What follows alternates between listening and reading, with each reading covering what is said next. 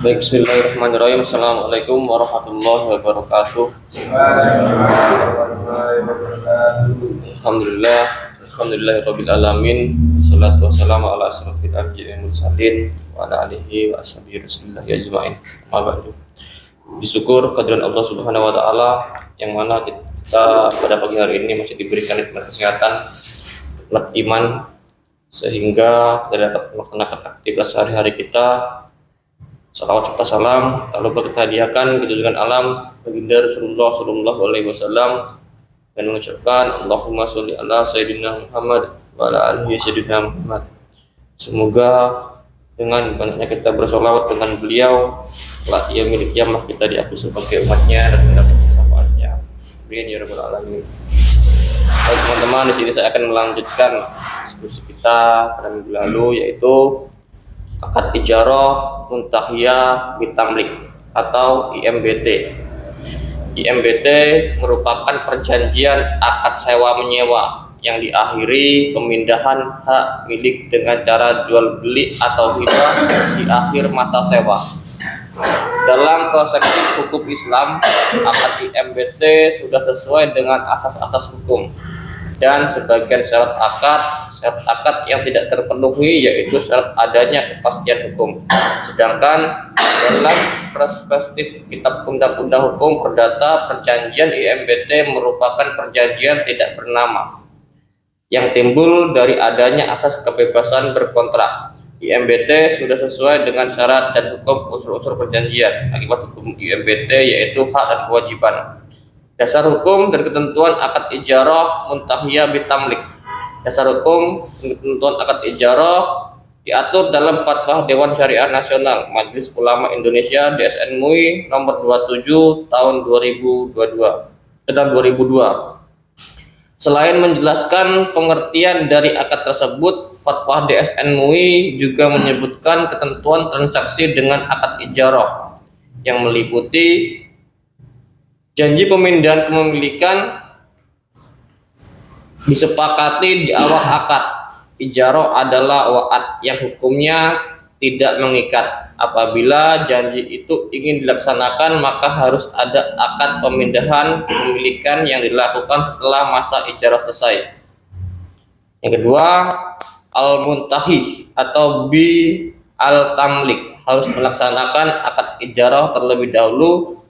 Akad pemindahan kepemilikan baik dengan jual beli atau pemberian hanya dapat dilakukan setelah masa ijarah selesai. Ini saya kasih contoh akad ijarah muntahiyah bitamlik atau IMBT. Karena akad ini tergolong sebagai transaksi sewa beli, akad ini kerap digunakan oleh lembaga perbankan atau keuangan syariah dalam memberikan layanan pembiayaan pembelian rumah bagi nasabahnya. Lantas, bagaimana konsep ijarah yang diterapkan di perbankan syariah dalam pemberian KPR bagi nasabahnya?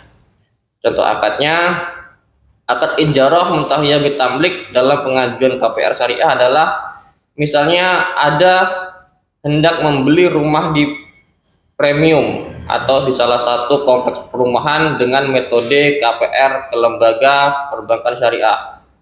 Asumsikan jika bank menerima pengajuan tersebut dengan akad ijarah muntahiyah bitamlik, dengan begitu bank akan membeli rumah itu di salah satu komplek secara tunai kepada developer. Kemudian rumah tersebut dialihkan kepada pembeli dengan janji atau wa'ad bahwa setelah berakhirnya masa sewa atau ijarah kepemilikan barang atau rumah dan akan dialihkan kepada nasabah. Sama dengan transaksi sewa menyewa pada umumnya, nasabah juga harus menyetorkan sejumlah uang setiap bulannya sebagai biaya sewa rumah tersebut ke bank. Uang yang Anda bayarkan untuk membayar sewa rumah akan masuk dalam hitungan cicilan pembelian rumah. Setelah masa sewa berakhir, sesuai perjanjian atau wa'ad, maka bank akan menjual atau menghibahkan rumah tersebut kepada Anda sebagai nasabah. Di sini saya kasih contoh akad-akad ijarah selain ijarah muntahiyah bitamlik. Yang pertama itu ada ijarah akmal atau ashas. Ijarah akmal adalah akad sewa jasa Artinya objek transaksi dalam jenis akad ijarah ini bukan barang tapi jasa seseorang. Realisasinya Anda menyewa jasa seseorang untuk melakukan pekerjaan tertentu. Setelah pekerjaan selesai, Anda membayar upah atau jasa untuk dipekerjakan yang sudah dilakukan. Yang kedua, ijarah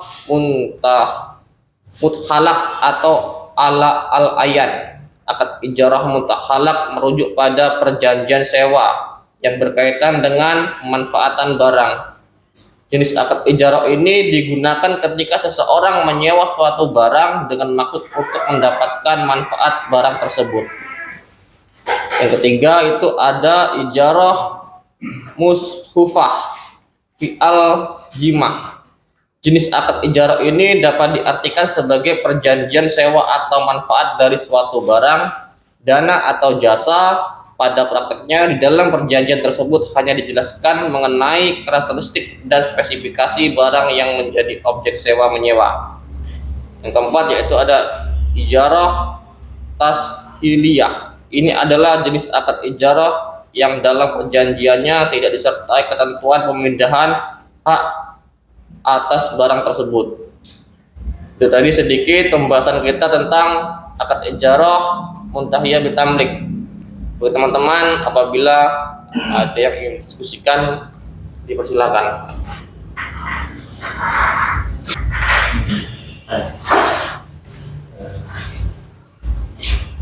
MBP-nya kalau yang dibacakan tadi yang sering diterapkan itu di orang syariah maupun kalau misalkan ini diperlakukan secara personal ataupun pribadi, apakah itu juga menggunakan akad itu bisa? Ya. Yang kedua, kalaupun bisa, itu kan biaya sewa dan juga biaya untuk perolehan hak di akhir itu kan ada dua kan, yang satu sewa, yang satu cicil pokoknya kan gitu, pembelian barangnya ataupun kalau itu secara bulanan. Kalau misalkan cuma sewa aja nanti di belakang itu mau dihibahkan atau diapa itu juga bisa. Jadi kira-kira bisa diperlakukan seperti itu atau nanti ini kan secara pribadi dulu ya, secara pribadi dulu bukan lembaga. Itu penerapannya kira-kira gimana? Bisa nggak? Kalau menurut pendapat saya Pak, yang poin nomor 1 tadi itu ya harus kita sepakati di awal, karena kan dia sistemnya yang pertama itu sewa. Contohnya kita mempunyai satu pintu rumah yang akan kita kontrakkan kepada seseorang, mungkin pembayarannya setiap bulan. Lalu setelah mereka pengontrak tadi ingin memilikinya, ya otomatis tentunya rumah itu akan dibeli kepada pengontraknya dengan kesepakatan yang sudah sepakat yang sudah ditentukan di awal perjanjian. Kalau yang nomor 2 tadi itu saya belum masuk Pak, belum masuk saya dulu tadi poin nomor 2. Kalau saya pribadi yang poin satunya seperti itu, kalau saya sebagai pemilik atau penyewanya, pemilik sewanya.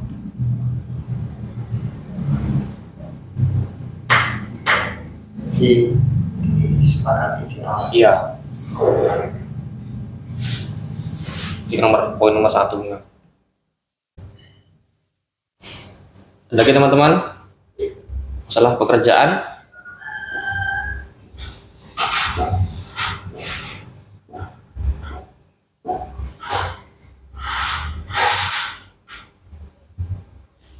Kalau tidak ada, kita akhiri briefing kita pada pagi hari ini.